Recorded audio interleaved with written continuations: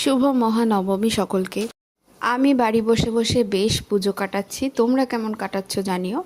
আর এখানে আমি তৈরি করেছিলাম ফিশ ফিঙ্গার। দেখতে অনেকটা ভেজিটেবল চপের মতন হলেও এটা কিন্তু ফিশ ফিঙ্গার, যেটা আমি তৈরি করেছিলাম নবমীর দিন সন্ধেবেলায়। আসলে বাইরের খাবারের মান এখন ভীষণ খারাপ, সেই কারণে মনে করলাম একটু কষ্ট হলেও চলো নিজেই ট্রাই করা যাক।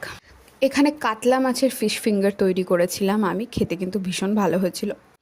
এবারে পুজোটায় একটু মুড অফ হলেও কিচ্ছু করার নেই, কারণ মা হতে গেলে জীবনে অনেক কিছু স্যাক্রিফাইস করতে হয়, সেটা মায়ের থেকেই শোনা।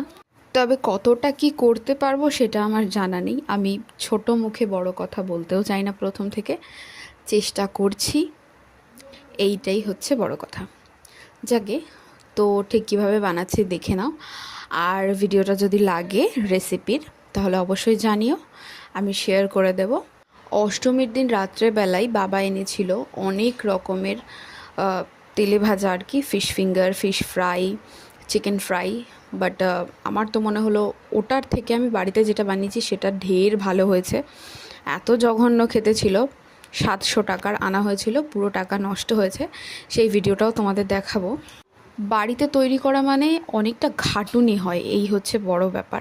আর সব কিছু সবসময় সবার কাছে আবদার করাও যায় না, আর তারা যে প্রত্যেক সময় সবটা করে দেবে সেটা আশা করাও উচিত নয়। আর তাছাড়া আমার মা এসবগুলো তৈরি করতে পারে না, আমি টুকটাক চেষ্টা করি আর কি। মা যত সব বাঙালি খাবার, বাঙালি জিনিস, এই জিনিসগুলোই বানাতে পারে, তো সেগুলো খেতে মায়ের হাতে ভীষণ ভালো লাগে। এসবগুলো মা জীবনে ট্রাই করেনি, আর চেষ্টা করতে যায়ও না, যদি খারাপ হয়ে যায় সেই কারণে। তাই আমিই বানাই এসবগুলো, তৈরি করে নিজেও খাই, সকলকে খাওয়াই। একটু কষ্ট হয় এই মুহূর্তে, একটু কষ্ট বলতে পা ব্যথা, কোমর ব্যথা, এই আর কি, বাকি অল ওকে। ঠিক এইভাবে তৈরি করে হট টমেটো কেচাপ দিয়ে ট্রাই করলাম, ভীষণ ভালো লাগছিল খেতে।